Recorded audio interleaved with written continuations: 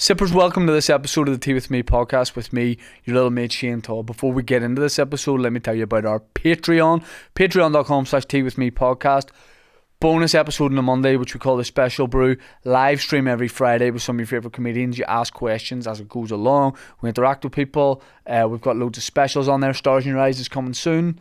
Only the Patreon is an exclusive. And every single episode that we've done, all the bonus episode, all the live streams are all there as a big vault you can go back into, and vaults are class, like all the wee goblin guys in Harry, what do you call the wee fellas who work in the bank in Harry Potter? Gringotts Bank? Yeah. It has loads of vaults, and that's that. Patreon.com/Tea With Me podcast.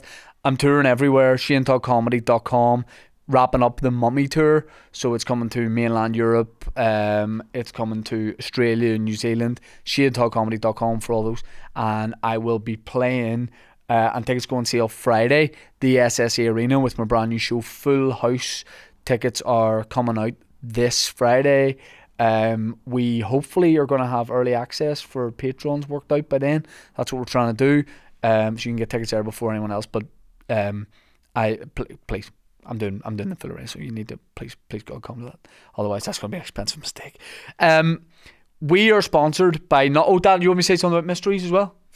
Live Mysteries, tickets available on Patreon, 3rd of March at the Mandela Hall. Took the words right out of my mouth. Me and Kieran Bartlett doing a Live Mysteries. What can I say what the topics are? Yeah. We're doing the moon landings and what's Kieran's? Gladiator or gladiators. Famous gladiators throughout history. Not like the Wolfman and Ace and all them, but like full on gladiators. It's going to be great. You could dress up as historical figures and do whatever you want. I think Kieran should wear some sort of toga. Might be nice. So yeah, Mysteries Live in Mandela Hall. Should be great. Let's just get into this episode, but before we do, and by the way, this episode was so much fun. We are sponsored by Manscaped. What can I say about Manscaped in contractually 1 minute? These guys are great. These guys are amazing. The best guys in the pube business, or lack of. They are the number one in men's below the belt grooming. They've got every sort of product you can think of. The products coming out of their ears, which they also have products for, aka the Weed Whacker. Does your ear hair, does your nose hair. They've got everything. It's not just pubes. You know what I mean? Like you would think maybe it's just pubes. Like a bit like... a little bit like Craig David. You might look at Craig David and think, does he only just do like love songs? He can rap, he can DJ, he can produce, he can kind of do it all.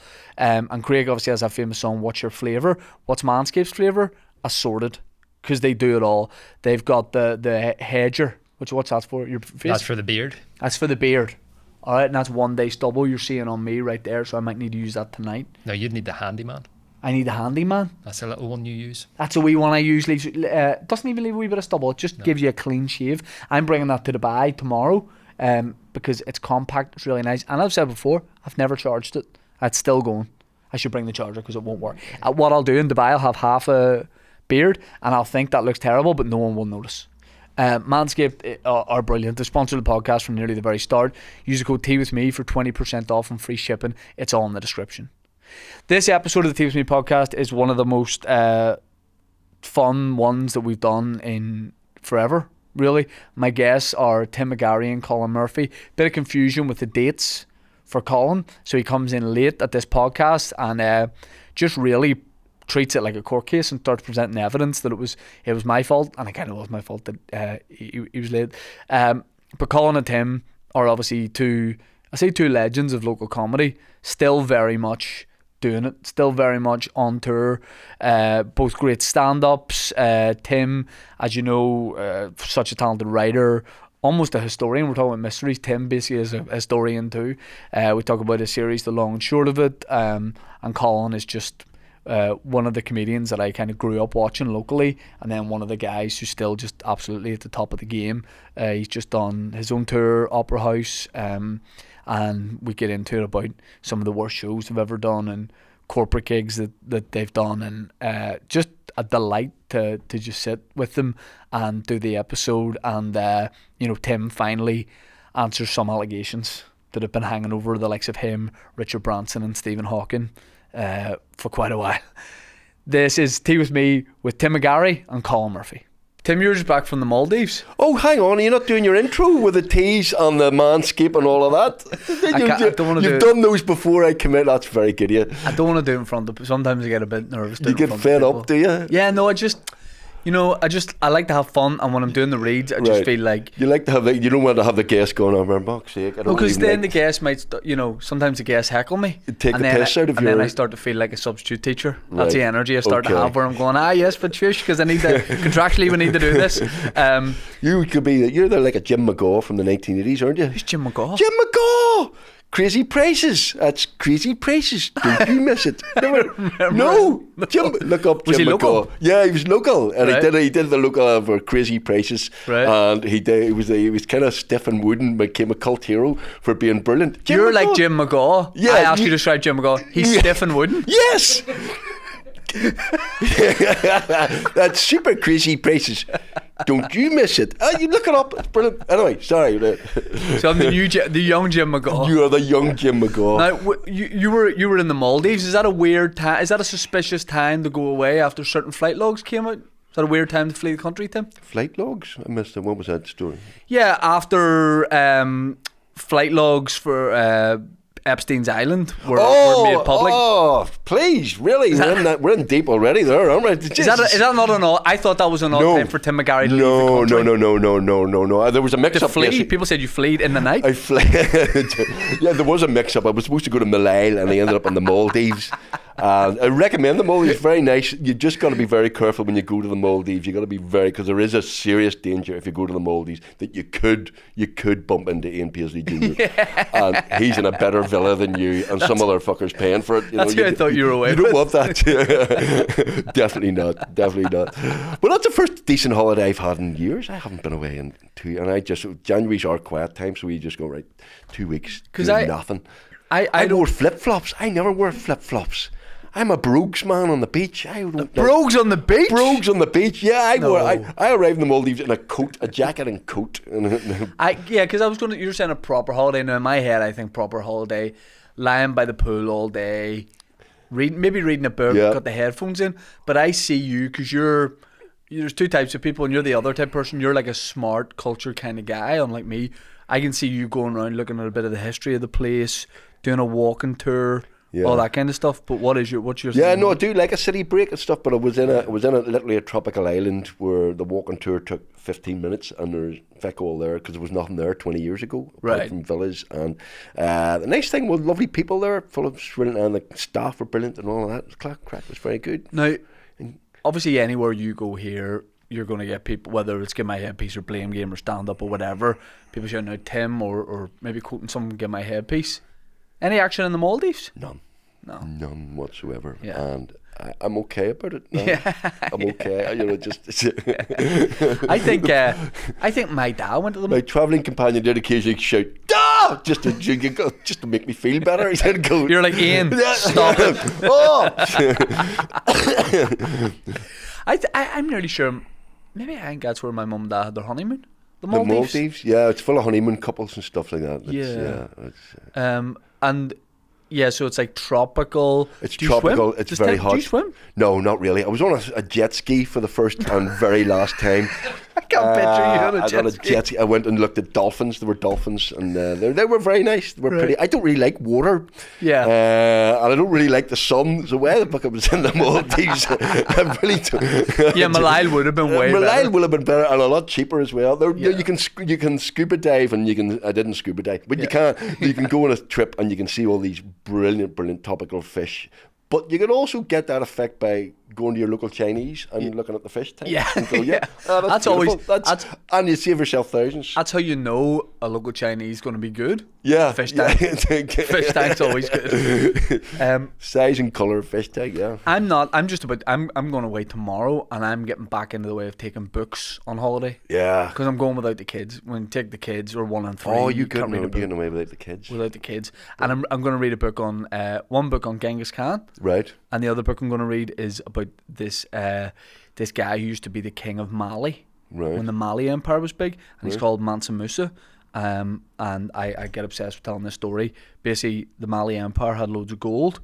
This guy went on a pilgrimage to Mecca from Mali, brought 14,000 camels, all with gold on their back, started dishing it out every country he went to because he wanted to get everyone talking about him. Right. So he went through Egypt. He's given everybody he sees bars of gold. Everyone thinks he's great. When he came back after being away for a few months, he'd bankrupted like every country that he went through because inflation had just. Because everyone was a millionaire, so he like came back to this path of destruction that he left in his wake. So I want to find out more about that. But I on holiday, I like to just sit and relax. And what I really like is, back in the day, if you maybe go to Tenerife or something, get the guys coming around with the fruit, guys coming around with the big donuts. I like it when they come to you. Yeah, I like that. All right, yeah. My dad used to get massages on the beach, which I was always uncomfortable with from Asian ladies. Yeah. Oh, not on the beach, no. On the beach, yeah. No. Well, I did bring some books with me to relax. So I read one about the Cromwellian massacres of the 1640s. Nice relaxing book. I read one about the split in Irish football, which was very good. The FAI and the IFA, which was very good. Right. And what else did I read? I read Giles Brandreth's autobiography, which is kind of random. 3? How long are you away for? 2 weeks. 3 books? 4. What I do is I look through the pictures and then I read the first 14 pages and then I'm done. And I just put my headphones in. Like going on, so say like not this trip, but when you're traveling, when you're on planes and all that kind of thing, I imagine everybody wants to chat to you. If it's people from home, where are you going? All that kind of thing. Are you good with that? I'm all right with that. Yeah. No, my main gripe with airplanes is fucking leg room. Being 6'4", I have to pay extra to get leg room most of the time. And some of the time, a couple of those flights to tune back with Abu Dhabi and then Abu Dhabi to Mali. I mean, I was sitting there with my knees behind my ears, and then the fecker in front of you puts their chair. Those rude feckers who don't ask you before, and you're just sitting quietly, and then they put their seat back. So I don't know what the etiquette is on that. Well, the etiquette is don't fucking do it. That's the etiquette, or at least go. By the way, I'm going to do this, but. So you turn, not ask. You turn around and go, I'm going to be doing this. Yes, but you should at least ask. I think if the seat in front of me is tilted back, maybe this is terrible opinion. Yeah. Then I go, all right, well, I'm going to put mine back. You're all right. Yeah, but that's not fair on the person behind. That's not their fault. I know. It's not their fault. It's the person in front of you. Do you know what's worse? I do it gradually.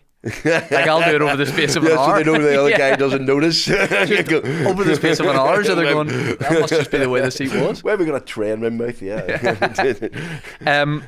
Talking about breaks and that kind of thing, you're about to go back into another Give My Headpiece tour.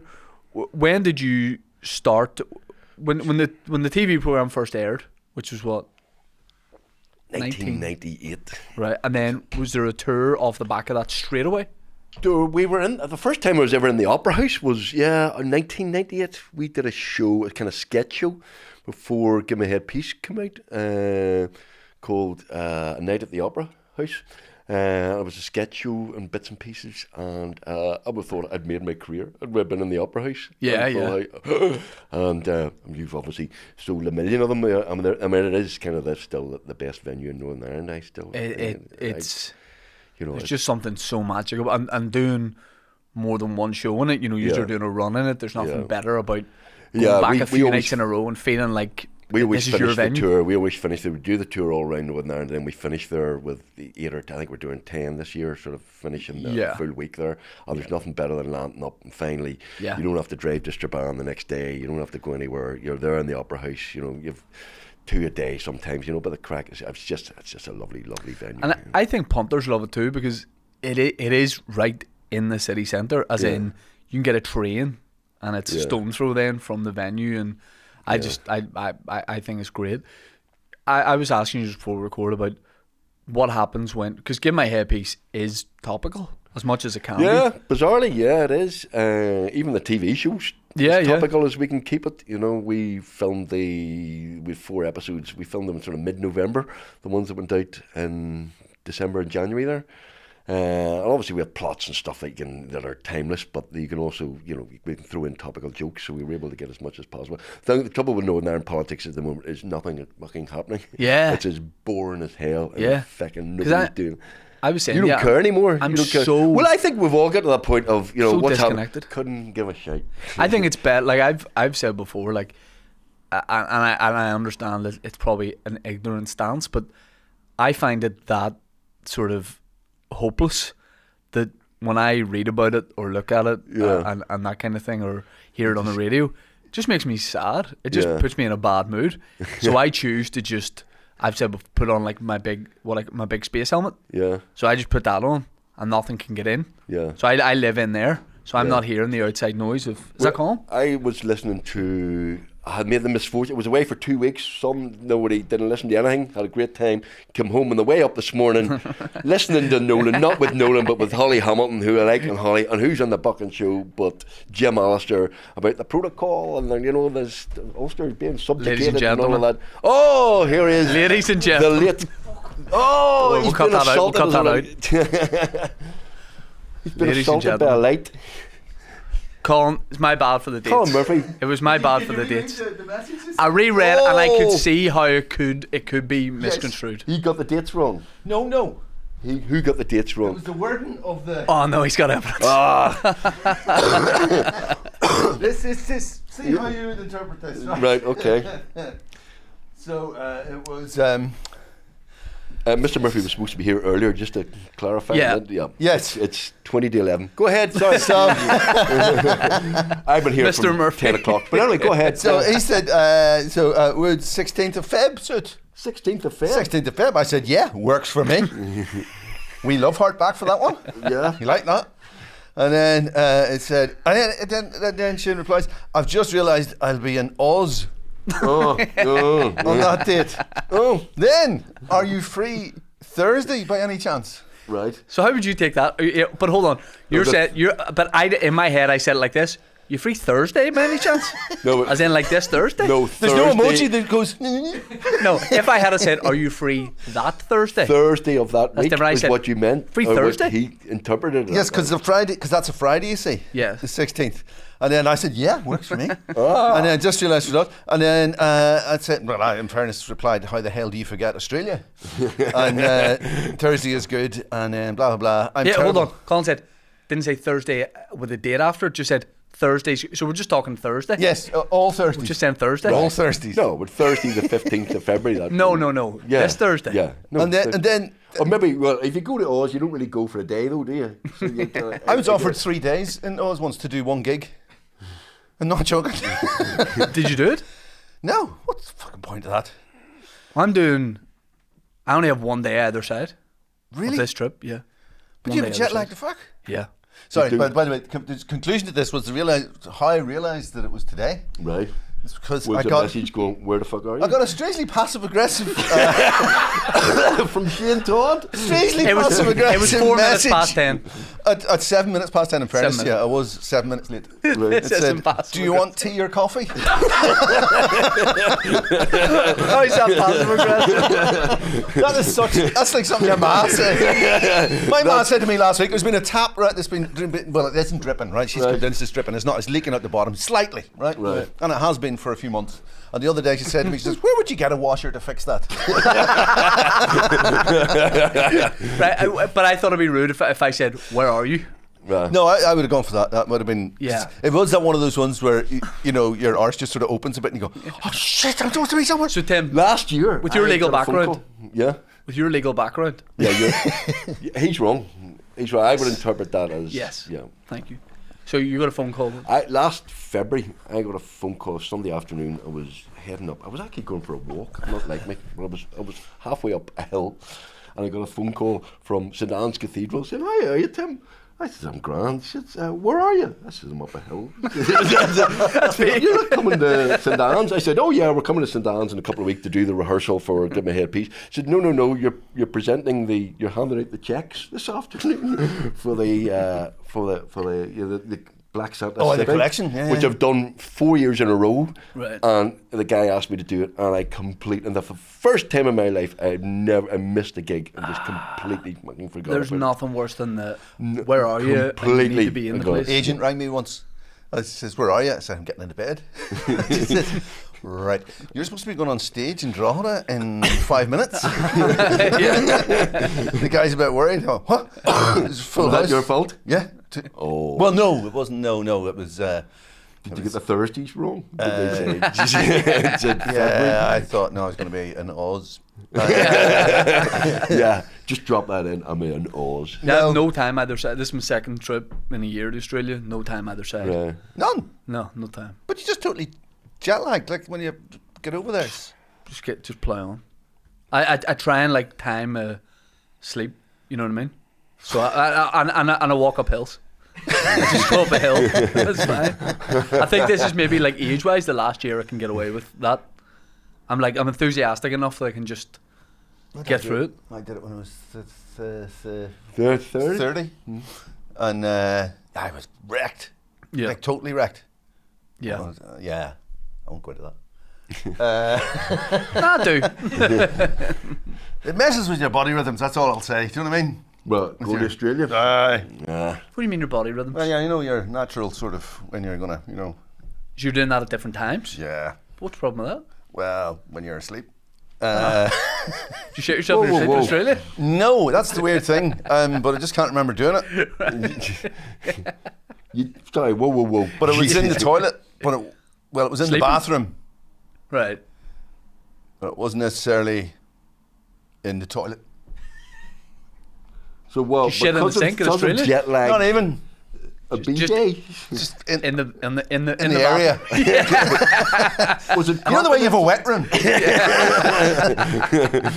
This is more of a You shite woke up room. the next morning and there was a shite on the wet room. Yeah. Oh, are you sure it was yours? Well, there's nobody else in the flat. Well, somebody might have broken in, and that's what I would have said. Somebody else broke in and shot on me. Shot on you. This is taking a dark turn. I'm thinking of a different story there.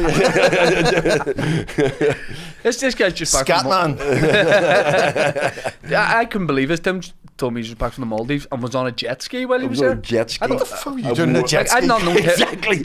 I wore flip-flops for the first and last time. Imagine you're on a boat and you drive past that. Tim Yeah. McGarry on a jet ski. That's such a sight. It was.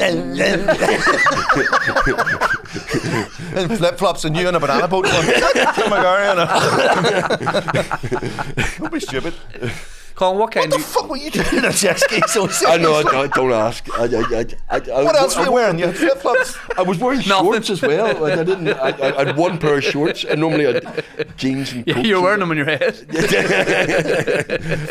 Anyway, I know on a very relaxing holiday. Yeah, it was very, Tim, is this like a new you on the jet ski? Like, would you... No. Would you get a motorbike or anything like that? I wouldn't mind. I always wanted a motorbike. Yeah. You're Colin, old for midlife crisis. No. Can't live to 120. End life crisis. Give me a Kawasaki 250. That's more of a Swiss end of life crisis. That's right. Colin, what kind of holiday guy are you? Because Tim said like this is the first time where he's like just been like on the beach. He has no choice but to just like give in to just like sit in the sun and all that kind of thing because there's nothing else to do really in the Maldives. Yeah. But are you like a tan on the beach guy? Or are you like No, do see, things? I'm going on holiday next week, and this was for the first time. It's going to be one of those. Yeah, once in a lifetime. Where you sort going? Can you say where you're going? of Barbados. Oh, nice. I know. And my wife used to live there, you see, when she was a teenager. Right. And so she's going back. She's never been back since. So we've been planning this for a couple of years. Right. So we're going to go. And I've never been on a just, fly around. And Yeah. But there's that's plenty of stuff you can do. You can go swimming, snorkeling and all that sort of thing. I do all that. speak to the jet ski expert. Get you a Well, jet ski. that's it. Give me some 20% off. Just open her up. How long tight, boy? It's like a motorbike in the water. Yeah, That's all. There's people in Northern Ireland are brilliant on them. Oh, watery Northwest 200. It's global warming. No bother. What was the first foreign holiday either of you went on? Like when you were? I was in Donegal. I went to England. The kids wanted to go to Disneyland. I took them to the Famine Museum in Brogues. See what the Brits did to us. We didn't go. Daddy's away jet skiing. We didn't go. We went to Newcastle. That was our family went to. The family had grandparents bought a house in Newcastle. And there were 8, because there were in those days, big families, big Catholic family, 8 kids. So there were 8 families shared this house in Newcastle, which was bucking freezing and a bit miserable. So that was my holidays for 2 weeks in Newcastle. It's lovely. Colin? First foreign holiday. Well, my aunt took me to me and my sister to Paris when I was about 14, I think. Yeah, I went to Paris. It was great. Smoking gitan out the window. My tongue went yellow. From 4, it was Tenerife. Me and my dad every year Tenerife. 4? Was it? He's still going. He's still keeping it going, and he still tries to talk me into it. I'm like, I'm now married to 2 kids. He's like, come on, the Does lads. he call it Tenerife? Yeah, Tenerife, or just Rife if you've gone that many times. But yeah, he constantly tries to talk me into it. He's like, leave your wife and kids, come on, let's go. The boys. Oh, he doesn't want to bring you away. No. He's like, the boys, come on. Oh, it's the lads. Yeah, he's like, What does he do when he's me and there? my wee son, man, 35, man. What is it? So he will Jet ski? sit on a lounger Oh. the whole day. And I mean the whole day. My dad looks like, you know what David Dickinson used to do? Oh, yeah. My dad's like mahogany. My dad, yeah, that's what Does he'll he do. read or anything? Does he? Not really. He'll also What does he wear. do? He just lays there. He'll just lie there and tan. Winking at women? But he still wears close to that. He still wears speedo. My dad's 74, right? So he wears speedo, like old school speedos. Yeah. But what he'll also do is walk around in those speedos and then just a t-shirt.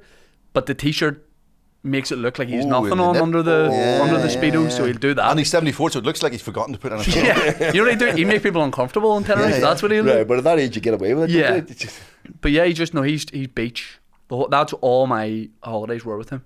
We just sit in the boring beach. as hell, is it not? No, I loved it because you just play in the water and that kind of thing. But like, I don't know if I could do it now. When you're a kid, it's great. No. Now I need to do a mix of the beach holiday and then activities and that kind of thing. I can't sit still on holiday. Like I need constant something to do. Do you swim? See, I couldn't swim. I only learned how to swim about 10 years, 12 years ago. 10 Do you years do ago. lessons? I got lessons off this woman, and she was brilliant. And within 2 lessons, I was swimming. I still can't do crawl. Can't time the breathing. Yeah. And she says, and then just turn, and I go. Right. Yeah. So breaststroke. So I won't drown, Yeah. but I can snorkel and do all that stuff. And I again, can can you do swim? that. You can't swim. Just about. All right. Just about. But not very far. Which is why I was on a jet ski. I go, what the fuck was I doing? Yeah. Jet ski. You hamburger. Did you do any? We were talking about you with like Give My Headpiece live shows having to change the show like on the day or on the week of. Is that the same with you with stand up? So say you're on tour with a stand up show. Is much of a political in that if something big happens that week, will you change anything in your show like factor that in? Nah. No. Nah. No. Sometimes there's been. I've had a gag or something, and something's happening in the news, and you go, "That's a bit sort of," and then in the context of that, the joke is nothing to do with that. But they might Yes. go, how long are something about oil ones or something will happen, and then I have some stuff about oil ones, and it's just sort of, Right. yeah, people will go, it's not right, him saying that about that, and that's just happened up the road there. Yeah. Even though it's nothing to do with this, and it was in a different country. That's not right. Like, have you changed stuff with the Give My Headpiece tour on the day? Oh yeah. We've changed stuff in the middle of the run. Yeah, we changed an entire show in Edinburgh. Because we were shite. Genuinely, the first time we went to Edinburgh. How many shows in? What? How many shows in? We were a 2-week run, and it was about 5 shows in. And you done previews as well? We had no. It was just we were kind of students, and half of it was fun, but half of it wasn't. And we got a review that said the Hole in the Wall gang started well, doing an interesting piece about a tortured peasant in South America. Then the torture turned to the audience as the Hole in the Wall gang went through a series of sketches that weren't very funny and seemed to take forever to set up, and that was. The nice start. It got worse after that. Yeah. The guy ran the theatre, got a good bunch of people called the Bodgers. Do you remember Jack Doherty? Oh, Jack yeah, Doherty? yeah, The yeah, Bodgers, yeah. they ran a comedy group. They were a brilliant guy, and they came down and said, guys, you're trying to do Monty Python, you're a bit shite. Speaking your own voices, and some of you can act, but clearly some of you are here for a piss take. So me and Damon and Michael literally went to a bar and rewrote the entire Edinburgh show in 2 days and rehearsed it again and redid it. And by the end of it, it was a bit better than shite. Not much Quote better. on the poster. Not as shite as it was at the start. See, that couldn't go in, a turnaround like that. It couldn't go into my head. I really struggled with learning lines or with remembering bits, so I couldn't turn something over quick like that. It would take so many times for me to. Really? Yeah, because I wouldn't like to be word perfect on anything, so I'd struggle with the limited amount of acting that I've done or anything. I struggle with the lines big time. I think it's because stand up, you don't need to have lines. You can mess about. You can. But I only remember the new stuff. You only remember the new stuff. Yeah. So when you're doing, even if it's shit, that's the only stuff I can remember. Right. Because it's part of your brain goes, I really want to try that. Yeah. And the rest of your brain's going, don't do that. Yeah. I did a corporate a couple of weeks ago. Holy fuck, I haven't died. Ooh. Whoa. Where can you say where it was? No. Right. I'm cursed at the Sleeve Donard in Newcastle. I'm cursed. Oh, right. No, I can't say cursed. that then. And no, it was in the Culloden. Right. And That's a hard room. it is a hard one. But yeah, and it was the middle of the day. And yeah. I did. I was there. I had It was just Jesus. by the way, how long was your set? I had to do 25 half an hour. Right. At 20. And I think the round of applause was for doing 20. Not half an hour. It just so much of it hinges on how you're brought on. Sometimes you'll get someone who's Who was great. it? 'Cause No, it hinged mostly on me being shit. Right. Who was it? Because I could do it next year. Oh yeah, don't worry. I've recommended you. I did. I did this. the Crohn's disease one. How am I not getting You're that? not I know that you're getting I'm a Crohn's kid. This was a few years ago, and the introduction to me was a woman making a very impassioned speech about how terrible Crohn's was, and don't let it get you because you're a good person. Don't let it define you, Crohn's. Yeah. And then the introduction was, I think it's the comedian now.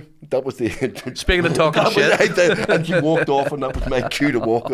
I think it's the comedian. I did a gig in Limerick, and I was doing support for some Paddy for Keelty, and we're doing a tour, and they said, "Oh, we'll do a charity sort of sponsorship of a thing, so and they collect at the interval." I said, "All right, for sure, we film before bring you on." No.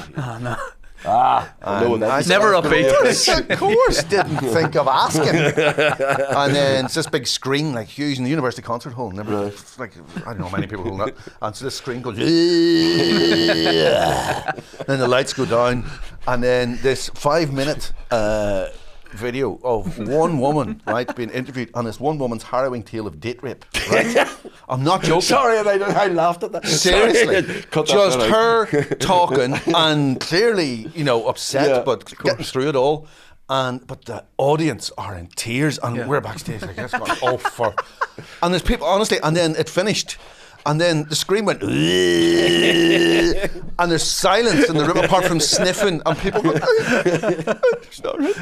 And then over the PA, the guy in the sound desk goes, "Ladies and gentlemen, please welcome on stage Colin Murphy." And there's like 4. That was it. I've been for corporates getting William Thompson to come with me and saying to the people that book me, I'll bring a support act at no extra cost to you, who'd do 5 minutes before, so it just kind of helps to set the room. But we did it was just coming out of the end of COVID. I was doing like a lot of wedding gigs. William's come with me, do 5 minutes beforehand, and it was the first gig since COVID that we'd done, so we're nervous for that, and it's a wedding, and the lady, bridesmaid or whoever bringing William on, said, I'd said, if you can say William Thompson, great local stand-up comic, and then we've got another act coming on. I was like, don't even mention, because the audience, the people at the wedding didn't know who was coming on.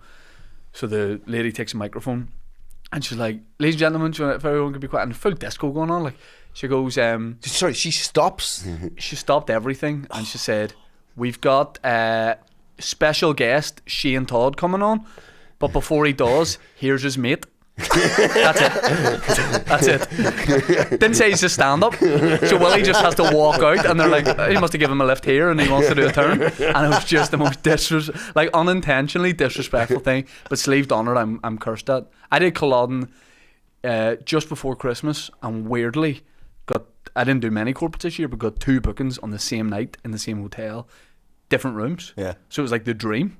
You know what I mean? So it was like literally in between. Weirdly, in between this. Maybe cut this out because it's just weird. In between the two, there was like an hour and a half, so I asked if I could use the pool at the Culloden, but I forgot to tell William. I was going to say, like, bring your swimming stuff if you want, we can swim and do sauna or whatever, but so in between the shows I just went swimming, and then he just sat and watched me in a suit In the view. Like a really posh trainer. It looked like I'd asked him. You know, I was like, come watch me swim. Right. But the first gig was Sorry, it was looked like you grand. paid him. Paid, to yeah. watch But the second one was in a a disabled boy to watch you swimming. Yeah. I get dressed up. Can you do this? No, you can't. Many legs can you do, Thompson? He's sitting there eating bread though. Throwing croissants at him. The first gig was in the big room, and it was good.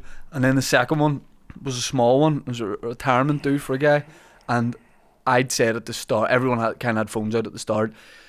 That's fine. Then I did a bit, kind of a joke about that. That's basically my way of being like, put the phones away, especially like don't record video, because I was like, this is only for us. And there was a guy, probably my age, the most intense guy you've ever seen, kept recording. Now only I can see it, and it really wound me up. But obviously I don't want to show that I'm wound up. And I'm used the phrase to you earlier, like sometimes I go across big like substitute teacher energy. So I'm trying not to, I'm like, so then I start going back and forth. But the guy just will not stop. And he's not making a joke of it. He's deadly serious. And eventually he put it away, but it wound me up for days after it. I just couldn't. It's like an entitlement thing or something from him. I don't know why. I just found it really odd. Really odd. No, were you doing well? I was but what he was recording was me being like, thank you, that's it, yes, get that away, sure, get that.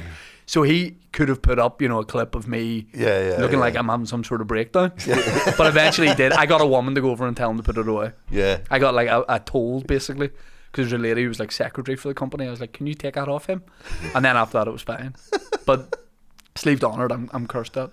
I had one that was like the worst I've ever done. It was a day-long conference. I was at the very end. It was booked for like 8:30. Went on at 10. I was like you, I was booked for 20 minutes, and I did that thing of going, sure, will I do 20 and see how it's going? Yeah. And they said, yeah. I just planted my feet, did 20, no laughs. But I did 20, and then they wouldn't pay, because they said to my agent, he's booked for 25. I was like, I asked you if you wanted less. But the week after that, I was back at Sleep Donner for a different one, and I said to the staff were like, back again. I was like, trust me, it couldn't get worse.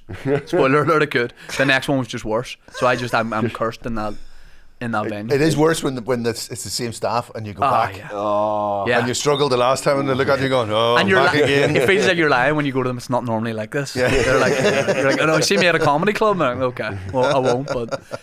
But one of the ones I love the most is Europa. Yes. That room in Europa is great. Yeah. That big room. I don't mind the Titanic. I quite like the Titanic. The big room in the stairs. I've done lots in there. I've never had. That's because your affinity with the sea, you see. And you find love of the ocean. That's right. I usually do them in flip flops and shorts. I did one there, and they were having a raffle too, and they were like, is there any way you'd like give out the prize at the raffle? And I said, yeah. Is this after? I did my set, and I said, can I make sure we do that after? They said, yeah. Set, got nothing.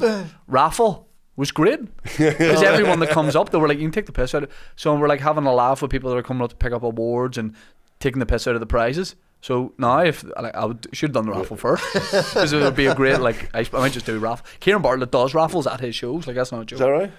Kieran has a raffle at his live podcast and his shows, and it's for things that he never spends money on the prizes.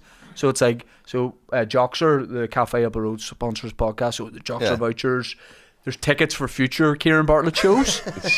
What else? Usually some kind of food he gives away. He gets like He gets Tato to bring in or cans of boot, but so it's all like contra for him. But yeah, he runs raffles at his shows. That kills how long? No charity element to it. No charity element to it. So this is instead of writing material. Yeah. I did one of those raffles, and it was the prize was a romantic weekend for two away in some swanky castle hotel thing. And the guy won it, and the guy came up, and I said, "Oh, you must be delighted, absolutely delighted, romantic weekend away for two." He said, "No, not really." I said, "Why not?" He said, "Well, last time I went on one of those, I ended up with a third child we didn't want." in front of 500 people. And I said, is your partner or wife here with you? She says, aye, that's her over there. I go, for fuck's sake. That's how romantic Northern Ireland is. Aye, thanks a lot. Free weekend away. Fucking. That's an old youngster. There's no amount of feet. Colin, do you want a bottle of water? I wouldn't mind. Yeah. Do you want tea or coffee? Tim, do you want a bottle of Do you water? want tea or coffee? Thank you very much. Colin, you've just finished touring, have you?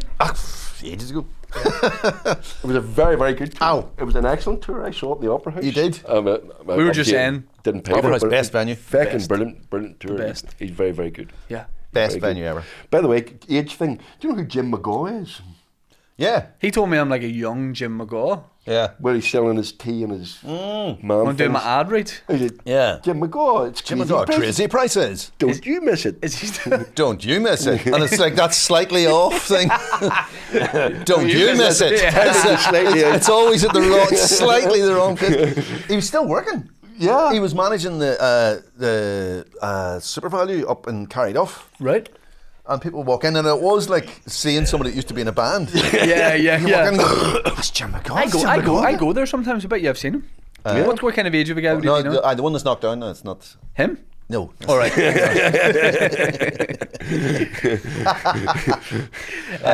We were just talking about, and it's difficult before we recorded, difficult for Tim to give him praise because he's sort of Tim's nemesis. But I thought Dave was great on the Blame Game on the most recent series. Oh, right. Dave Elliott. Nemesis? Oh, yeah. Well, we don't like to talk about it, but me and Shane have had to intervene on Dave's behalf with his problem. I don't know how this started, but Tim did a podcast once and accused Dave of being a full-blown drug addict out of nowhere, and it's really spiraled since then. So, you're supposed to lose weight with heroin. Is that not supposed to be the... I've seen Trainspotting, I'm pretty sure.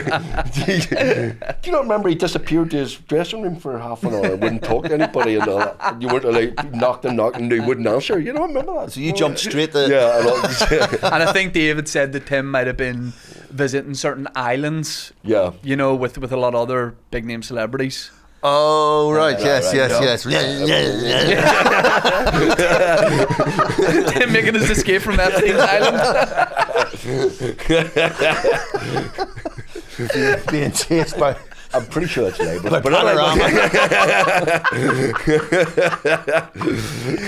Prince Island Andrew on the McGee, back. that's where he was chasing. That's the only island you...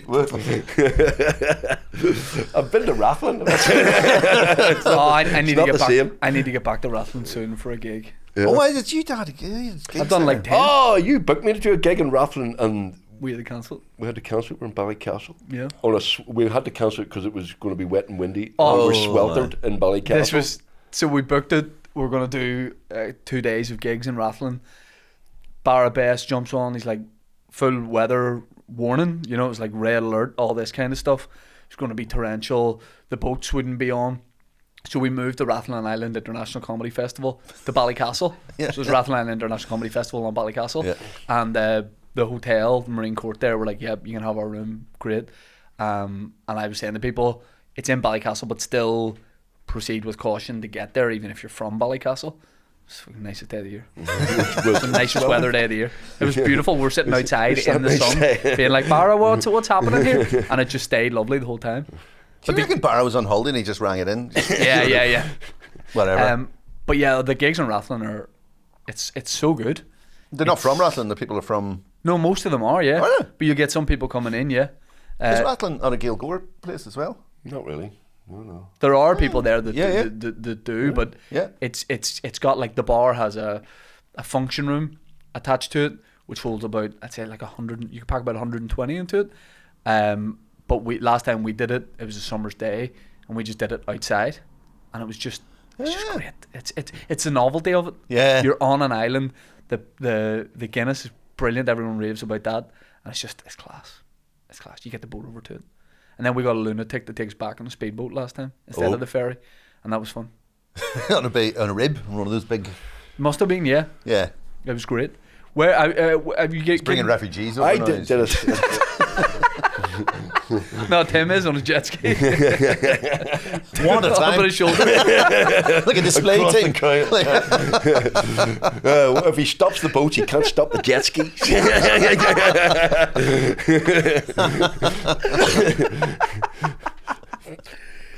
Have you get with like corporates? Have you done any? Have you been away for a corporate? Have you had someone go, "Well, we'll bring you over here to do this," or has it all been like local kind of stuff? No, I've done them in London and stuff, but I've never done. I've done overseas the ones. worst one ever. I don't mind them. I haven't had really a bad one since. Never Never say that. In a very fancy hotel near Kong where they filmed the castle, something or other. It was swanky. The money was far more than I'm used to. Yeah. And it was for an English firm, but it was a bunch of lads from Leeds who were very drunk and wanted Roy Chubby Brown, and I was too clean for them. And it was horrible. It was, Have you done overseas ones? Corporate? No. Because people do get offered them. They do Is get. that right? Yeah. Oh yeah. And Andrew Ryan does a hell of a lot. Andrew's everywhere in He corporate. does golfy things. He does what? He plays golf. At the start of that, genuinely, I thought you meant fencing. plays I was like, he includes He's that into for golf, so he can do. he into golf? He can collar up. You know, he can.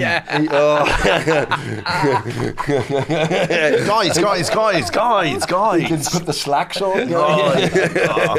Jesus, I fucking hate golf. I would ban it. Have you I seen- wouldn't ban it. I would I would re-educate them and Right. bring them to concentration camps. Not ban it. Golfers, you know, just it's not a fucking sport. Have you seen this? It's my rule. If you can smoke while you're doing it, it's not a sport.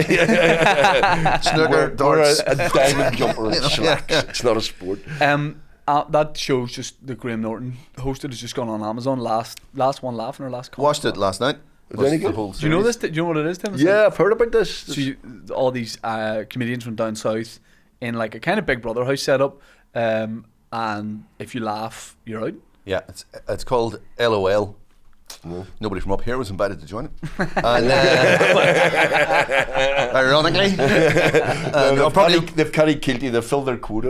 You probably they might have offered it and gone LOL. I'm not going to get the orange order. It's just forget it. You probably gigged with people in there. We will all have gigged with people that, Oh, no, that were all of that them. were in there. But I was very curious about what it was going to be like. Yeah. I think it'd be difficult to make people laugh in that setting. I thought it was I thought to be gigging for each other or something. That's what I thought. Well, I thought there'd be challenges set up. I thought there'd be specific things. It's an RTE thing. No, it's Amazon Prime. yeah, It's yeah. worldwide. Big budget, like. They've done it in 27 countries, I think. I just covered this placing water, but you're probably comfortable with that now. You probably see what I can walk in. And 27 countries, and everywhere it's been. It started in Japan, I think, and Yes. then spread out. And so they've done it in Ireland before. They've done one in England. And the object is not to laugh. The object is you get a bunch of comedians in a room, and it's done. They're really open about it. It's done in 6 hours. Right. So right. it's like a doddle of a gig to do. So you're in for 6 hours, Right. and you just have to not laugh, but try and make the other people laugh. Yeah. But Right. you're not to laugh while you're making the other people laugh. But I And then wonder- there are performance bits. There are wee performance things Yes. that you can do. But that looked like the worst kind of performance awful. ever. Yeah. All those cameras, no audience. No Two script. comedians who are intentionally trying not to laugh. Yeah. I don't think that show works like because I think we're more dour Yeah. than anyone. Like Oh, that we'd would just- ace everybody that. would win. We'd walk, yeah. Everybody would win. Just put your TUV face on and be fine. Just sing protocol. I watched the first episode of it. It was funny having David McSavage was the last person to go into Yeah. it. That was like cat amongst pigeons. Yeah, when yeah, he yeah, walked in, yeah. you could see people like, oh Christ. Yeah. He started just behaving like he was having a breakdown. Yeah, Really. He started putting beans in his pocket. yeah. Saw that. Like he was. Was this like a Fun- Big Brother house or something? He was Yeah. funneling things into his pocket. Yeah, and stuff he like had, that. See, that would make me laugh more than someone doing a performance piece. If I saw Yeah. someone doing something slightly weird like that, that would probably get me laughing. Because I lived with Jason in Edinburgh for about 4 years. We shared a flat together, Okay. and every Edinburgh, and it was great crack. It was he just like used to make me laugh so much. Yes. Just not by doing, just by not doing stuff. Do you know what I mean? See, I think Jason Bourne would be the one that would be hard to make laugh. In a setting like that, Yeah. I could see him just like going into like a character almost and just being like very difficult to laugh. Yeah, it's Yeah, everybody sort of went down the I don't know what route they were going down, to be honest. It was kind of weird. Some people did try to do slapsticky kind of things. Yes. And Jason had the winner, which was the fart thing, the fart putty. Right. And just timed it, and it clearly worked on it. His range of farts was quite phenomenal. You went to Radic for that. Yeah. It was unbelievable. It was like do watery tiny farts. squeaky, big water, long drawn out, hangover fart, touching cloth, all of them. But we use offered like anything back in the day, like almost like reality series, like the BBC or broadcasters ever come to you guys in the past and be like, what if comedians did this, or what if a group who's from here did that, you know, traveled to somewhere, or No. I did when we did the first sort of reality kind of thing. I was in a theatre company. We were going to Edinburgh to do a show, and Newsnight were doing this thing called Fringe Firsts, Right. and it was following different people from different backgrounds. Like there was a couple of comedians, and there was I think Ahmed was one of them. Ahmed Jalili was a comic, and then we were a theatre company. We were going over putting on a play. Someone else was doing a dance thing or something, and then they came over and filmed us getting ready for it, filming everything, background, everything, and then came to the flat we were in, followed us around, performances, first nights, first reviews, all that kind of stuff. Yeah. what year roughly would that have been? Ooh, 92. When was Find Me the Funny? Was that the one that I want to say was that? 2009, It was Mickey and all that. Were you in something that? like Yeah, that. I that's auditioned right. for it. I didn't get in. Yeah, Everybody auditioned for it. Yeah. It was me and Aaron Butler were the 2000 last and two. what? I'm guessing like 2008 or something. 2008, something like that. Yeah, it would have been around That there. was because we got told. So for anyone who doesn't know, it was a BBC Northern Ireland reality comedy show, Yeah. and they were like, "You're going to get mentored. All the local comedians are going to get mentored by a big household comedy name, and then get taken to the Edinburgh Fringe, and we're going to document it all." There was rumours that it was Chris Rock, the mentor. then Oh, how little you know. Then it BBC went to Northern Ireland. then it went to Jimmy Carr. People were like, "It's Jimmy Carr," It's and Jim everyone was McGaw. and then they went, the only thing I will tell you is it's American. It's an American guy. So who's it gonna be? You know? And it was a guy called Curtis Matthews, who had, to be fair to him, Curtis Matthews? he'd done stand up before. So he'd gigged before and he was American. Not Chris Rock from Port Glenelg. And he came to do McHugh's. They were filming him, so he came to McHugh's Comedy Club before All right. they started filming, and he like was doing a guest spot, and they were like, the American comedians come to do a guest spot, and nobody knew him. Nobody knew him here, and we all went to do auditions, and he was the judge. Rachel Tucker, the West End actress, was his judge. John F.D. Northover, local TV director or producer or whatever, and you had to just go in and like do stand up to them, but we were all so new to it, and it was me and Aaron Butler were the last two between us to get a spot, and he got it, and it was just. And look at him now. But it was. We thought anyone who got it, their career was made. Yeah. Like it was make or break for everyone. I was like, well, I might as well quit. You know, I'm 19 or whatever. I was like, I'm 20. I was like, I'm done. Yeah. And I remember just being so jealous because they were getting to go to the Fringe. It was paid for. You didn't live in a house or anything, did you? Filming. No. And then they did the Ulster. The plan was they would tour, so you would go and see Find Me the Funny live all around the country in these big theatres, and they did the Ulster Hall. I think like 100 people bought tickets, and then they papered it a bit, but it was still like for them that were involved time, it was brilliant, and it was sort of.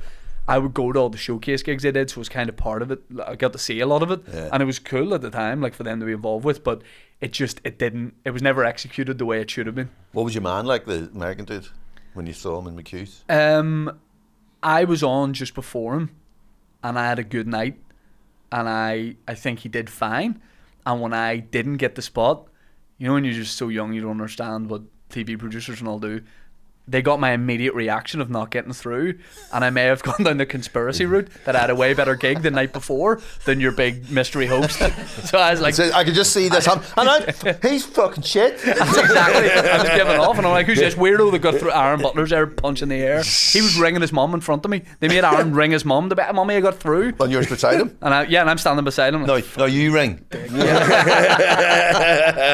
did that at the... Daddy, can I go to Tenerife? I did that at the IFTAs down in Dublin. It's sort of again this thing which you go, oh, the IFTAs. What's the IFTAs? And you go, oh, it's like it's the Irish BAFTAs. It's not. No, it is. It thinks it is. It's everybody knows everybody, and it's like a Gadu. And so we were doing, and you know the way the split screen thing. With all the nominees are. Yes. And so the panel that Show used to do in RTE was nominated, and we'd been nominated for about 4. We never win. And but they said, does anybody want to go? Basically, because the producer was sick of being embarrassed about not getting it, and Dara didn't want to go. And so I said, I'll go. I'll free dinner. So I went split screen, and the cameraman was a guy who worked on Blame Game. So I said to him, right, just keep on me, just don't. Right, whatever happens, and he went right, and so he's there. So no matter who gets read out, linger on you. Yeah. So the award before they're getting into position, so there's crews all over the place, and so I'm at a table with Jim Sheridan, the director, and Kieran Hines sitting beside us, and so we're sitting in this, and then there's a couple of other people who were at the front, and I thought, we're at the front, we're going to win this year, we're going to win, and then this place, and the nominees are blah blah blah, and the winner is, and then they announced a different thing, and everybody went like this, and I went, for fuck's sake. I went, fucking Jesus, you fucking wankers. And then my wife was there, and she went, fuck off. And then I got up and stormed out of the, it was in the RDS, I stormed out of the place, and the guy kept the camera on me, and I'm disappearing into the distance, and people are putting their hands out to shake hands, like, fuck off. And then I realised, then I was outside, and I went, oh shit, can't get back in, I have to wait. I had to wait for ages. Tim, is the long and short of it just finished the series? There's a radio series on at the minute, the 8th radio series, but the 4 TV ones are done. They went out in September. I think they're still in the iPlayer. That's been running for a long time now. It was about 7 or 8 series on Radio Ulster, me and wee Davy Hume. And when the TV show started, people finally realised why it was called The Long and the Short of it, because they didn't realise it's called The Long and the Short of it, because I'm 6'4", he's 4'11" and a half. He genuinely is 4'11" and a half. Jim Cray, the cameraman, we did it. I first met him 10 years ago. He was doing a thing about Ulster Scots and all of that, you're trying to steal money off the Ulster Scots community. Is there anything in Ulster Scots for takes? A few quid. That's the answer. David is a big Ulster Scot. He comes from a place called Ballycarry, full of history. The first Presbyterian church in Ireland is in Ballycarry, 1613. Anyway, he's a brilliant graveyard with lots of history, and I met David Hume for the firm. We're filming, and for the first time ever, we're filming this bit about the history of Ballycarry and Ulster Scots and blah, blah, blah. And he's a small gentleman. And Jim Cray, the cameraman, films us. We're walking around the cemetery and blah, blah, blah. And then after 10 minutes, Jim takes us aside, me and the director, and says, look, there's a problem here. I said, what's the problem? He says, see when I filmed you and David walking down, he said, it looks like you're taking a child away. So if you watch the documentary, Tim McGarry's Ulster Scots Journey from 23rd Day, I meet David at the gates of the cemetery, and then we're on a bench. But he's a lovely guy. David's a really good guy. I've done a number of. You can't even interview him either. Like if you're standing and cut between you. Yeah. No. Do the Ulster Scots community respond well to it? Like, do you ever get it? Do you get any negativity with it, or? Well, no. That's how it started with the Ulster Scots. We got a commissioning letter from the Ulster Scots Broadcast Fund, which was the most cheekiest Ulster commissioning letter ever. Which is basically. Do you 2 want tea or coffee? You're going to turn up on time. It was basically, congratulations, you got the commission. Do not take the piss out of the Ulster Scots. Do not mock us. Do not take them. And you go, for fuck's sake, lads, relax. They just needed take it a bit easier, those boys. You know. Yeah, Some of them yeah. take themselves too seriously. But no, it's gone very well. And me and David do occasional live shows. You know, we do. Was the letter written in Ulster Scots? Here. Congratulations, boy. Quit taking the piss. What's the when you're doing live shows with David for a long and Yeah. short of it? Does that change as it goes on, or that's very much just set in stone kind No, of? no, that changes every night. That's Right. it's kind of like a public debate. We did one for a couple of years ago about the partition, about to celebrate 100 years of Northern Ireland, or some mark 100 years of Northern Ireland, you know, and two different perspectives on partition. I did celebrate that. Cut that out. Cut that out. But you know, you've made it in the world. I was doing a gig up in Coleraine for Coleraine Football Club, and a guy come up to me and says, "I really enjoy that now." Long and the short of it, he's a TV counsellor. Right. He said, "It's the best thing you do." So it's the dig a as well. backhanded Yeah. compliment if ever there was one. But no, it is. It's good. It's unusual cross-community history, and Yeah. we take it serious. I mean, we are proper differences between me and David. You know, we're different political perspectives and all of that. But it's illuminating. It educates people, and we learn lots of history. And some people take their history far too seriously without really knowing what the book they're talking about. And, we're guilty of You're telling me and Kieran do a small run of podcast series called Mysteries, where we look at a big political situation, see a historical situation. See, I don't know fuck all about it, and see is it more myth or more history? And we're clearly presenting it as we're two comedians. Kieran has a PhD? Yeah. Right, I have an HND. I like the way you got. What has he got? No, I don't want. But he's got a PhD in what? See if classicals. Class. No, he's doing that Media at the minute. He's working on a media second. journalism. Is he technically doctor? He's doctor. No, Yeah, yes. not technically. He'll tell you. The reason I looked at you to say it is if I get it wrong, he'll ring me. Right? Is he professor? He's not professor. He's doctor. Dr. Kieran Bartlett. And I'm Shane Toddy, HND, our national diploma, equivalent to A levels. Shout out Belfast Met. And but we're clearly presenting this like we're idiots. Yeah. Like he's less of an idiot than me. Like, but we're comedians talking about history. And the amount you get pulled up on stuff on the YouTube comments, oh my God. The JFK episode in particular. And we're just presenting opinions that other people have had. And just people. Kieran got into a debate with some guy about cartridges, wasn't it? Yeah. Hold on, but as soon as you start talking about the JFK thing, not only have you got history people, you've got conspiracy theory loons. Yeah. That's the problem. Yeah. And Kieran then puts this on our WhatsApp group, and I'm like, you pick your own battles and have them. But yeah, people will just pull you up for anything at all. We when did it a comes drama to about the Titanic, about the sinking of the Titanic. Serious drama. Very stupidly, we asked a couple of researchers, and see that word, Titanic? Titanorax? Oh, yeah. Fuck me, the conspiracy theories. Fucking do not cross those boys. It's like fucking punching somebody in the eye in LA for you know, Well, that The episode switch boat theory. Oh, just the switch boats theory, all sorts of things, yeah. and how dare you blame the captain? The captain was innocent, and blah blah. And how many bulkheads there were? I know somebody and she knows how many rivets are in the Titanic. Right. She knows how the sections of it and how many rivets were in that, and how that couldn't have happened because of the amount of we should rivets. have had her on the episode of Mysteries that's coming out in the Titanic in a couple of weeks, because we don't know a lot about it. But yeah, It's mainly based on the Cameron movie from 1998. I have Yeah, never seen it. you've never seen the movie As Titanic? a point of honour, I have refused to watch it. Watch Mysteries when it comes out, and you'll never have to I'll watch never it. have to. Yeah. I love the movie. I'm very proud of the fact. I love the movie. I thought it was great. So but it's like Braveheart. Anything from Scottish history, in my head, comes from Braveheart. That's just the way it is, because I saw that before I looked up any of this kind of stuff. So all of your Scottish history is based on Braveheart. Yeah. It doesn't matter what period it happened Genuinely, in. when I saw Mel Gibson, in Hadrian's the movie- Wall, and you're going, and Braveheart. The first movie I saw Mel Gibson in after Braveheart, I was like, oh, he made it out. You know what I mean? I was like, he's doing movies now. It's just the way. I think it's the way. If I had read about Scottish history and then seen Braveheart, I go, okay, that's some of this bullshit. But in my head, that's all. That's all fact. So Blame Game series just finished. Are you going straight into another one of those anytime soon? No. Oh, you we, don't? we find out on a need to know we- Oh, basis. really? Yeah, Right, yeah. okay. It's like being in the RA. You get a phone call. You have 15 minutes to get tells it. you where to be. You're never right. Yeah. That's right. Do you prefer it when you travel with it, or when it just stays in Oh, in the Blackstaff studio? No, Studios. it's much better in the studio. Better in the studio. Yeah. Because Well, something I like Derry the Millennium I and know, stuff. but yeah.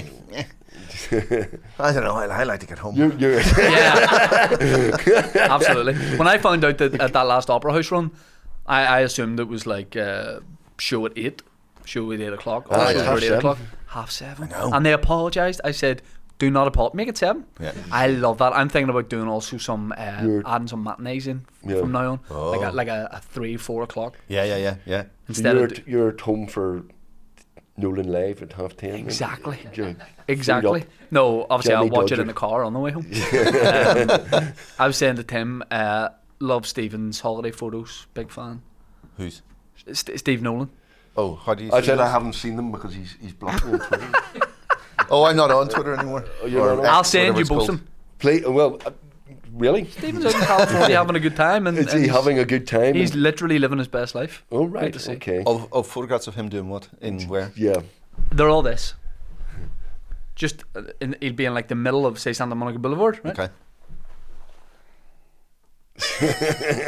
It's that in different locations. Right. Has he got 1 foot like to make it to elongate his body? Has he got 1 foot that way? No, The way he's they do? just no. He's just Is he chilled? Is he just wearing having, he's chilled, t-shirts? he's having a good time. Right. He's away from the madness.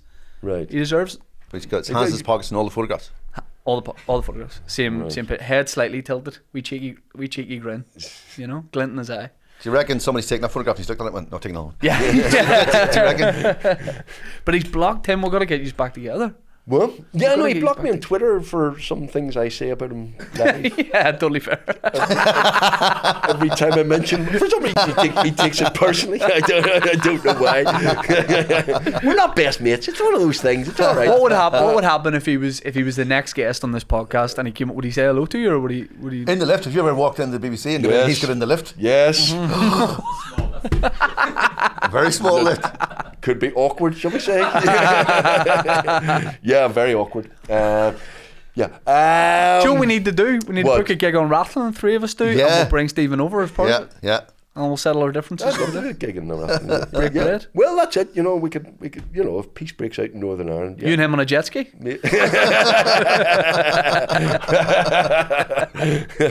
Michael, use the power of that's AI insane. right now. Put a delivery box. I'll just.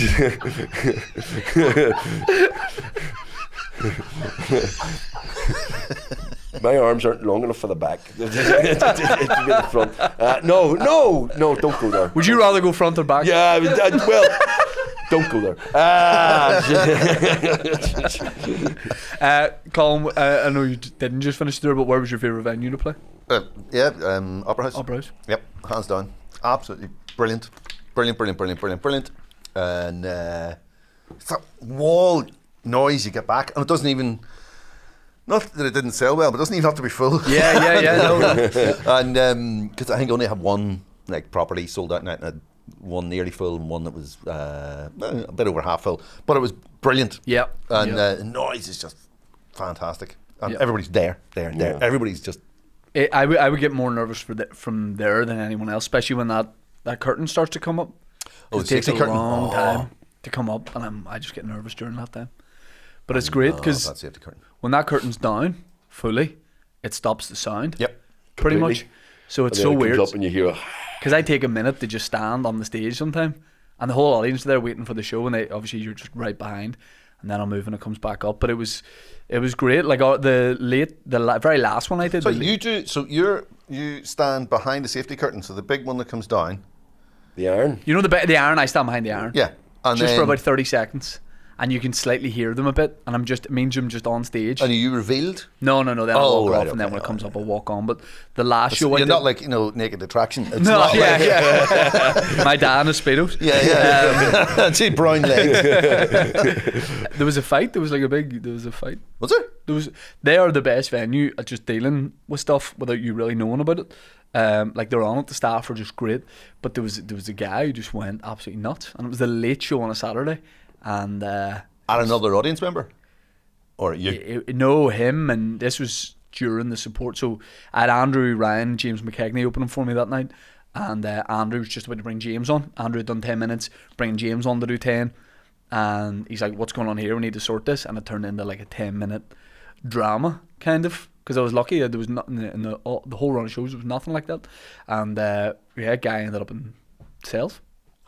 Yeah, I had 5 women in the balcony, and it's the box at the front, and they were great. They were all chat, and 5 sisters out, and then in the second half they weren't there, and it was afterwards. Wasn't that you were in? And they'd booked everywhere. Like one of them had just like everywhere. It was red in wine. the fancy boxes, and they just left, but didn't tell the staff. Right. And the staff then afterwards and said they've never seen so much boke. It was just. I was at the Delamere gig last year. Yeah. The SSE. Chris Kent was on. Oh yeah, well, I was. And there was. Oh, you know that? Yeah. The woman in the front who kept slabbering and being absolutely off her head, but for the whole show. But really rude and obnoxious and all that. And eventually, Chris had to deal with her. Yeah. And she got really good. She said, "I work." NHS worker or something. Yeah. She says, I save lives. And Chris went, no, you're great at saving lives. Doesn't mean you're still not a cunt. And about 2,000 people went, yeah! And eventually they had to throw her out, didn't they? I heard like Frankie Boyle just did Waterfront. I had a few friends at it, and they were like, people just trying to wreck the show. Just trying to just... And I don't know, like, what has that all... I'm trying to think, is that all? In fairness to him, he sort of, you invites that. Yeah, right. He's right, changed right. now, but Frankie did for a long time. What kind of fans do you think you're going to get, Frankie, with certain types of material? Right. Oh, get you. You're not going to get chin strokers in whenever you're doing jokes about Jordan's daughter or son. Yes. It's all changed now, though. People don't know how to behave in theatre. Don't know how to behave. But a lot of people, when they get into theatre, tense up a bit, and as opposed to being in a bar. When they're in the theatre, they kind of... I've noticed the thing is, people here, they don't, the pre-orders for the interval drinks, that you can order your drink beforehand, and you can see people going, what do you mean you order your drink beforehand? Yeah. It says you order your drink beforehand and it'll be over there in that table. What do you mean it'll be over there? Just sitting? Yeah. And everybody here immediately hears that and going, we're not buying it, we're nicking it. That's what we're doing, we're just going to nick interval drinks. Nobody trusts it. Nobody here trusts it. They're all up going, I'll buy my own drink, thank you very much. And they go and stand. There's a load of gigs that are kind of popping up all over the place. And you've been doing like loads of clubs. That's what I'm doing, loads of them. I've loads of lined up. Yeah. Are you loving that? Yeah. Because places you probably never played before. And there was one in Bangor. It was brilliant. Courthouse? The Grand Social. Right. Yeah. And Gary Pollock. Yeah. And it was brilliant. His Port Rush gig's great too. And I'm doing that. There's millions of them. There's I've been asked to do a couple. There's one in Lisburn in a cafe. Yes, Thornbury's. Yeah, done that. There was the Moy. Yeah, it was great too. It was great. A bit rough. Yeah. I mentioned Armagh or something. And 10 minutes of Tyrone Armagh. Yeah. People going, yeah, okay. I did a thing and I think they mistook it and took it a different way and started cheering and I went going, no. I thought I've restarted the troubles. That's how Hitler started. I'm doing one in the Elk on Saturday. This Saturday. The Elk. It's great. I did an outdoor one there. Yes, on the way to Derry. An indoor one. Yeah. Oh, okay. Yep. It's great. It's going to be. I'm looking forward to that one because it's one of those places you drive past all the time. Yeah. And what goes on in there? Yeah, exactly. It's a big complex. Yeah. It used to be always just like teenagers darting across it. There was some. Yeah. It was a teenage disco or something that they did. During COVID, I did an outdoor tour. Yeah. And that was one of the places. And they set up in a beer garden. It was brilliant. Yeah. That outdoor tour, every show, the weather was 10 out of 10. Really? Every show. It's brilliant. Global warming, isn't it? Have you done the wall garden in Bangor? No, I haven't. People have talked about that. Yeah. Yeah, Neil did it. Said it's brilliant. Incredible. Yeah. It's brilliant. It's brilliant. Andrew Ryan's got me doing one. On the golf club. Boy. Golf club. I've done it. Genuinely, yeah. Clandy Boy. It's great. It's fantastic. It's great. Yeah. It's really good. A couple of weeks. Brilliant. And they're not. They were golfy, but you're able to take the piss out of them. Oh, well, yeah. I do golf clubs. I hate golf, and I do golf clubs. Oh, and see, I I take the can't. piss out of them. Yeah, I know. I don't like something. I was looking at the photographs on the wall before I went in, and I wanted to kill everybody. I had backstories for everybody in the photographs. Yeah. He's in jail. That's a pedo. Just everything. You know what I mean? Tim, when does the Get My Headpiece tour start? 29th of February. right up to the 30th of March. So we were all over the province. Yeah. Starting Armagh. Armagh's good. I always liked Armagh. Yeah. Armagh's a great I've venue. never done the big room. The big room. Never done the big room. Oh. No. Why? No. I think I had a bad one in the small room, and it put me off doing it for a while. So when you tour, you don't play there? No, but I did. Where do you I play? did the City Hotel last time, which Take more money, or see if you play there, you bring your own PA in. see the way, but the layout was so it's like a big long shoebox of a room. Oh, right. And they put the stage like at the very end of it, whereas it had been in the mid. Now, if I know if I was doing it again, you put it in the middle, because right at the end, and you just it's 1,000 people, but it goes on, but it's like 6 to a row, so the people at the very back, Right. you just can't see them. It's like being in a really long bus. Yeah, but I'd like to do. I would like to do that theatre actually. I will do it. It's Armagh. There's boys at the back can see you, all right. Yeah. Your rifle scope. Took us off the bar at light 50. when I did that City Hotel gig, I pulled up to it, and there was a guy in a high vis sitting at the thing, and he goes, "Car park's full," and I went, "Oh," and I'm so awkward about all this stuff. I was like, "Oh, I'm the obviously comedians in London or whatever would be like Smash Show." I was like, Yeah, "Oh, yeah. I'm the guy doing I'm the boy who's The boy. performing the." Well, I'm technically a man, but I'm doing the performance. And the guy goes, "You can park up at the Spar." And I went, Could it try? And he goes, "You can try. You can park up at Spar, yeah, and then you can see what to do." And I was like, I'm the performer." And he goes, "Yep, go to the Spar." And then he walked away, and I chanced it, and there was loads of spaces. But it was a humbling moment when you're told go to the Spar, Well, I would say is I'm one of the acts. Yeah, I'm one of the acts. That's One of good. the acts. Yes. He understands the word act. I don't think he understood the word performer. No, I thought he you were some knows. sort of sex worker. Yeah. It was in the City Hotel, room 35. He's late. He's expecting me. Yeah, I there and the theatre in Larne. I want to play, but they seem The to. McNeil? I think I'm blacklisted from it. I'm not joking. The McNeil Theatre. Yeah, I think I'm blacklisted from it. The guy who ran Theatre at the Mill used to give him a headpiece and never let us in. That seems some like the reason. perfect area. for it. It'd be and great. he's gone now. There's a new guy who runs it. And I've been in with a blame game and done stuff on my own in Theatre of the Mill, perfectly happy, da-da-da, and then he just here to give me a headpiece. For some reason. I did, I don't know what we did to him sometimes. I've told it on the podcast before, but on that outdoor tour, finished with Theatre at the Mill in Yeah. their big courtyard, Yeah. and it was sold. It was going to be great. Two sport acts, William and Aaron, were opening, and I was doing 40 minutes, but it was advertised as that. It was like a after COVID throwing some new material about. Let's see what happens. And everywhere else it had been two sport acts doing 40 between them, break, and I do 40, and it was grand. And we got up there, and they were like, just to check the running times, I was like, boys will do 40, 20-minute break, I'll do 40. And the lady was like, no, you need to check your contract. I was like, I don't even think we'll sign contracts for that. Like, there'd been no shows for ages. Yeah. There's an audience out there full waiting to go. And she was like, this show needs to be a minimum of 2 hours. And I went, it can't be unless you have the longest interval of all time. Yeah. And she's like, interval has to be 20 minutes. You got to fill the time. And I said, like, nobody will care. Like, people here are just here for a bit of a set. I said it's going to be a shorter set in my posts anyway. Yeah. She's like, you need to check the contract. So I phoned my manager. I was like, can you speak to someone? And they were like, the guy who deals with it is off. This lady's taking his place. You're kind of going. She is technically right. We have signed a contract. So I had to phone in like the Avengers of local comedy. I was like, Jordan Robinson left the shopping trolley in Newton Breed at Tesco's and came straight. I was parachuting in people who retired when I was bringing in that crazy prices guy. I was getting everybody in, and it was like the longest support lineup in history.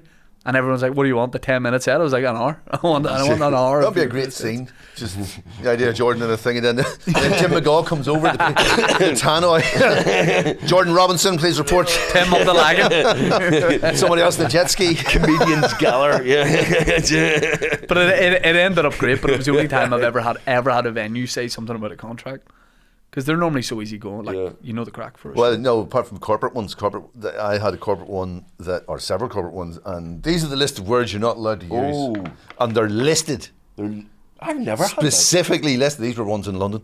Right. Specifically listed. Do not use. But then that's all that's going to be in your head. Exactly. Yeah. So if you use these words, you will not be paid in capital letters. God. And that's all you're thinking. Yeah. And you sort of want to write them on your hand so you won't say them. But Yeah, at the yeah, same yeah. time, you don't want to write them on Did your they hand miss and go, any out? No. No. Well, they did. Did they miss a couple you go? Well, they missed local ones that you sort of could have, gone Yeah, there. yeah. Fuck with. Yeah. Knob slabber.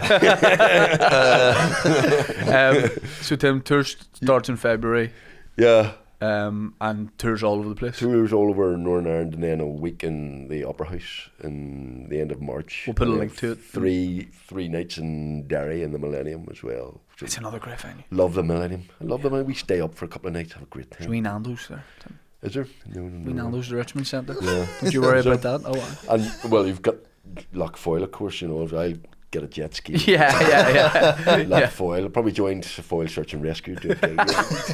Charity work. Are you going to be touring again this year? No, that's why I'm going all these wee things, trying out bits of stuff. And so I'm doing Doing the Barbados Fringe. loads of wee ones. And Elk is this week. And then I'm off away on holidays. And then I'm down south. I'm doing gigs. I'm down thinking south of doing a ages. one-man show. Oh, yeah. Apparently, any fucker can do it. Trust me, they can. Seriously? Yeah. So I'm seriously. I'm Stand-up thinking tour? Yeah, Yeah, of course. What do you need, an hour or so? And on a load of supports. According to Theatre at the Mill, you need 4. 50. 50. Anything An from hour, 50. What do you need, an hour 10? No, and 15. I go on 20, hour 10, do. but 50's good. Huh? You can do 50. 50? Is that all you do? No, I do an hour, an hour and 10, but you could do Right. you could do 50. Right. 50's fine. Speak slowly then, Yes. basically. Do a raffle, get Kieran to arrange a Yeah, raffle. do a raffle. Yeah. Would you both do raffling if we can arrange it? Oh, I do rattling, yeah. Yeah. Right, let's do it. Yeah. Like in the summer or something? Yeah. I was on raffling once for a charity thing for Special Olympics, Right. and was actually brought off a raffling island on a British Army helicopter. Which was Oh. It wasn't supposed to be.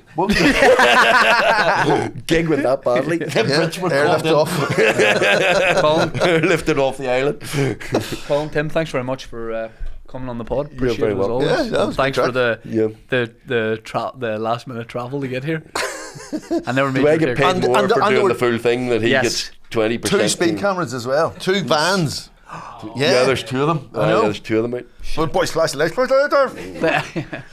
So slam the brakes on the way. So what do we get, free tea or what, a man Well, skip or what? give me a manscape. Should have given you before you went to the Maldives, Tim. Could have got you some ball deodorant or whatever you want. Ball deodorant. We've got ball deodorant. We've Is got that literally for your balls or a deodorant with a ball? deodorant for your balls. Just your balls. Your Mickey could be stinking. Is there no But your- Mickey stick? Is there no Mickey stick? We'll get you with everything. Crop gel, ball toner. Can I have a sniff of the ball Ball deodorant? toner? Of course you can.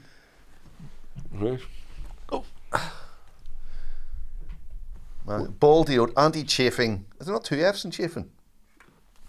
Not these days. Should be. Should be. Chaffing? Chaffing. Maybe wrong. Crop preserver. Right. Directions. Boxers. Take a shower, then towel off Landscape boxers. Oh, aye.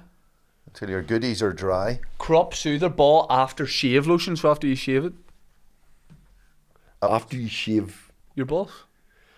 Who shaves their balls? Tim, What's going on Tim, with this will go viral. Take your trousers off. this? Give them a shave. See his face? Can you imagine what that's like down below? Like Thanks, fucking folks. ZZ Top. Don't you miss it?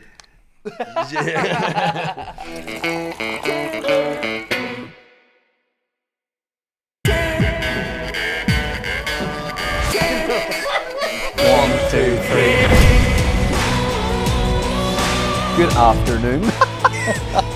See the Westling. That is the horniest thing I've ever heard. Mervyn. Bring daddy some of those chicken and waffles. Mr. Potter. I feel gushy. This is unbelievable. This is absolute chaos.